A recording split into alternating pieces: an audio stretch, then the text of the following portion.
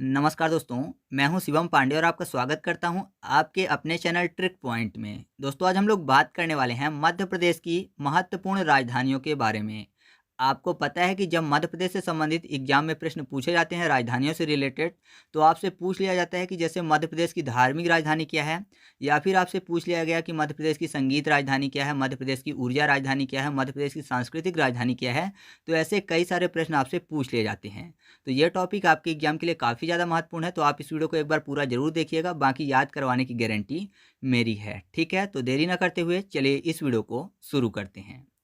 सबसे पहले हम लोग बात कर लेते हैं मध्य प्रदेश की राजधानी की। तो आपको पता है कि जो मध्य प्रदेश की राजधानी है वो भोपाल है।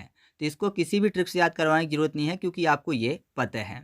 तो इसके बाद हम लोग बात कर लेते हैं मध्य प्रदेश के व्यावसायिक राजधानी की, जो कि है इंदौर। साथ ही साथ मध्य प्रदेश की जो खेल राजधानी है वो भी इंदौर ही है।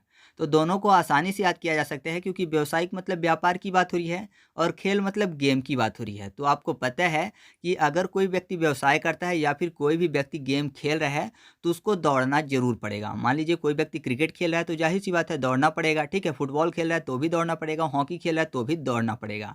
तो दौड़ फॉर इंदौर आपको याद हो जाएगा, क्योंकि इंदौर में ई के बाद शब्द क्या लिखा हुआ है, दौड़। दौड़ फॉर दौड़। तो आप ऐसे याद रखिएगा कि मध्य प्रदेश की खेल राजधानी क्या है, इंदौर है। और व्यावसायिक मतलब व्यापार की बात, तो आपको पता है अगर कोई व्यापार करेगा तो व्यापार में काफ़ी ज़्यादा दौड़ धूप करनी पड़ती है, तभी लाभ होता है। तो आप ऐसे आसानी से याद रखिएगा कि मध्य प्रदेश की व्यावसायिक राजधानी भी क्या है, इंदौर है, ठीक है। तो आगे बढ़ते हैं। इसके बाद हम लोग बात कर लेते हैं मध्य प्रदेश के धार्मिक राजधानी की, जो कि है उज्जैन। इसको बहुत ही ज़्यादा आसानी से याद कर सकते हैं, क्योंकि यहाँ पर देखिए धार्मिक में आपको शब्द मिल जाएगा धर्म। धर्म लिखा हुआ है ना, और उज्जैन में ऊ के बाद शब्द क्या लिखा हुआ है, जैन। तो आपको पता है जैन एक धर्म है ना। जैन एक धर्म है, जैसे हिंदू, मुस्लिम, सिख, ईसाई, ऐसे ही जैन भी एक धर्म है। तो जैन से आपको याद हो जाएगा उज्जैन, और धर्म फॉर धार्मिक। तो आप ऐसे याद रखिएगा कि मध्य प्रदेश की धार्मिक राजधानी क्या है, उज्जैन है, ठीक है। तो चलिए आगे बढ़ते हैं। इसके बाद हम लोग बात कर लेते हैं मध्य प्रदेश के मैग्नीज राजधानी की, जो कि है बालाघाट। तो इसको याद करने के लिए ऐसा समझिए कि मैग्नीज में शब्द लिखा हुआ है मैगंजा, ठीक है। मैगनीज मैगंजा कर लेते हैं याद करने के लिए। तो देखिए बालाघाट में शब्द लिखा हुआ है बाल घट, मतलब सर पे जो बाल थे वो घट गए हैं। तो जाहिर सी बात है सर से अगर बाल घट जाएंगे धीरे धीरे, तो एक टाइम पे बाल पूरे खत्म हो जाएंगे सर से, तो कैसा हो जाएगा, गंजा हो जाएगा। तो ऐसे आप याद रखिएगा कि मध्य प्रदेश की मैग्नीज राजधानी क्या है, बालाघाट है, ठीक है।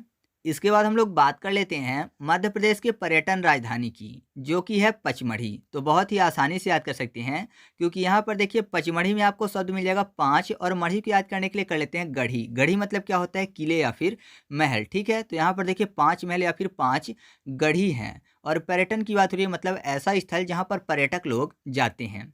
तो अगर मैं आपके सामने दो ऑप्शन दूं कि ऐसा कोई स्थान है जहाँ पर एक ही गढ़ी है, मतलब एक ही महल है, तो आप वहाँ जाना पसंद करेंगे, या फिर ऐसा कोई स्थल जहाँ पर 5-5 गढ़ी है या फिर 5 महल है, वहाँ जाना पसंद करेंगे।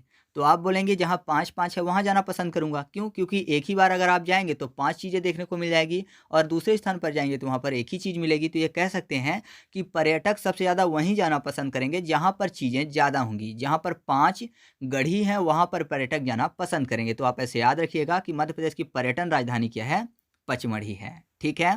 इसके बाद हम लोग बात कर लेते हैं मध्य प्रदेश के न्यायिक राजधानी की, जो कि है जबलपुर।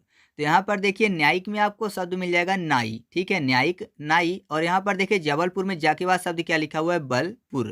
तो ये कह सकते हैं कि जो नाई होता है वो बाल काटता है, तो बाल फॉर जबलपुर। तो आप ऐसे याद रखिएगा कि न्यायिक राजधानी मध्य प्रदेश की क्या है, जबलपुर है, ठीक है। इसके बाद हम लोग बात कर लेते हैं मध्य प्रदेश के संगीत राजधानी की, जो कि है मैहर। तो मैहर आपको पता है कि सतना में आता है, और मैहर पे शारदा माता की प्रतिमा है, या फिर ऐसा कहिए कि शारदा माता का मंदिर है, ठीक है। विंध्य पर्वत पे है, विंध्यवासिनी भी उनको बोला जाता है। तो यहाँ पर देखिए संगीत में आपको शब्द मिल जाएगा सन। सन मतलब क्या होता है, पुत्र होता है। और मैंने आपको बताया कि मैहर में शारदा माता है, तो मैंने माता बोला, तो जाहिर सी बात है माता कौन बोलेगा, पुत्र ही बोलेगा। पुत्र मतलब सन। तो आप ऐसे याद रखिएगा कि मध्य प्रदेश की संगीत राजधानी क्या है, मैहर है, ठीक है। याद हो गया, आगे बढ़ते हैं।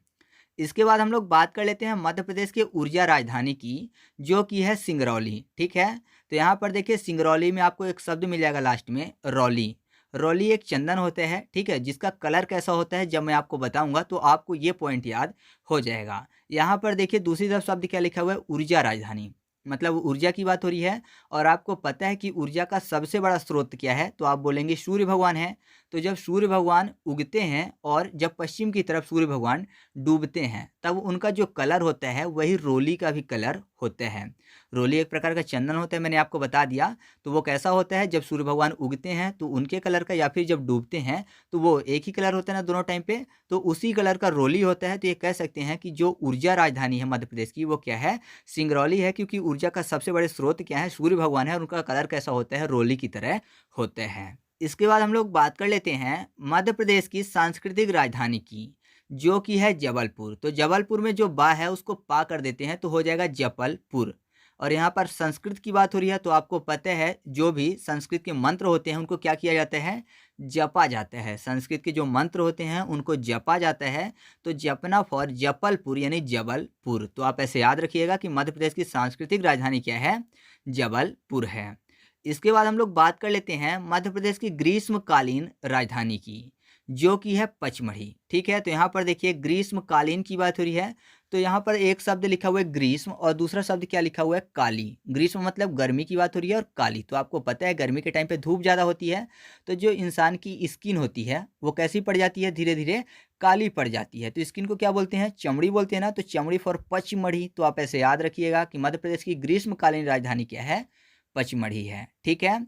तो इस तरीके से अपने ये वीडियो कंप्लीट हुआ। आपको वीडियो कैसा लगा कमेंट करके बताना है। साथ ही अगर आप चैनल पर पहली बार आए हैं तो चैनल को सब्सक्राइब करके बेल आइकन जरूर दबा लीजिएगा, जिससे कि आपको ऐसी ही वीडियो के नोटिफिकेशन मिल सकें, ठीक है। और मैं आपको बता दूं कि अगर आप मध्य प्रदेश से संबंधित और भी ट्रिकी वीडियो देखना चाहते हैं तो उसकी लिंक आपको कमेंट बॉक्स में पिन की हुई मिल जाएगी। आप वहाँ से उन सभी वीडियो को देख सकते हैं। लगभग मैंने 30 वीडियो मध्य प्रदेश से संबंधित अपलोड की हुई है। तो चलिए मिलते हैं अगले वीडियो में, तब तक के लिए जय हिंद।